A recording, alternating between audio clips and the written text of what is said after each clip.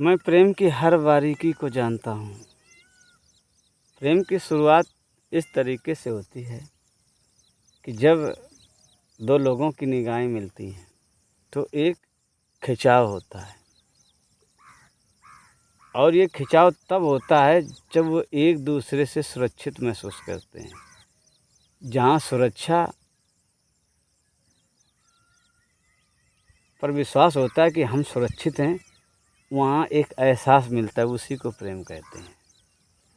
और अगर आपको जहाँ सुरक्षा का आभास नहीं है, विश्वास नहीं है, तो वहाँ आप प्रेम कर ही नहीं सकते हैं। या ये भी कह सकते हैं कि आपको प्रेम उसी से होता है जहाँ आप अपने आप को सुरक्षित महसूस करते हैं। आप लड़का हो या लड़की, ये मायने नहीं रखता, सुरक्षा मायने रखती है। जिससे आप डरते हैं उससे प्रेम कर ही नहीं सकते। जहाँ डर नहीं होता आप प्रेम उसी से कर सकते हैं। और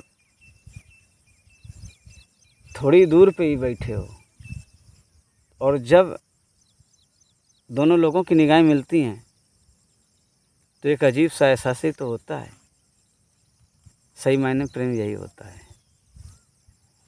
मैं ये भी जानता हूँ कि गाना भी है कि महबूब जो देखे एक नज़र दिल को करार मिलता है। यानी आप जिससे प्रेम करते हैं वो आपके सामने आ जाए और आप पर एक निगाह केवल डाल दे तो बड़ा सुकून मिलता है, और ये सुकून का ही नाम प्रेम है। और गौर करिए, एक निगाह आप पर डाल दे या उसको आप देख लें तो क्या है, ये ध्यान ही है। यानी ध्यान दे रहा है आपको, और आपको ध्यान ना दे तो आप विचलित हो जाते हैं। और सही मायने में तो लोग ध्यान को ही ढूंढते रहते हैं कि वो मुझ पर ध्यान दे, वो मुझ पर ध्यान दे, क्यों नहीं दे रहा है। एक बात मैं आपको और बता दूं, प्रेम की उच्चतम अवस्था यहीं पर होती है। जिससे आप प्रेम करते हो या आपसे जो प्रेम करता हो, अचानक आप एक दूसरे के सामने आ जाए, निगाहें कनेक्ट हुई और एक स्माइल धीमी सी आ जाए देखकर।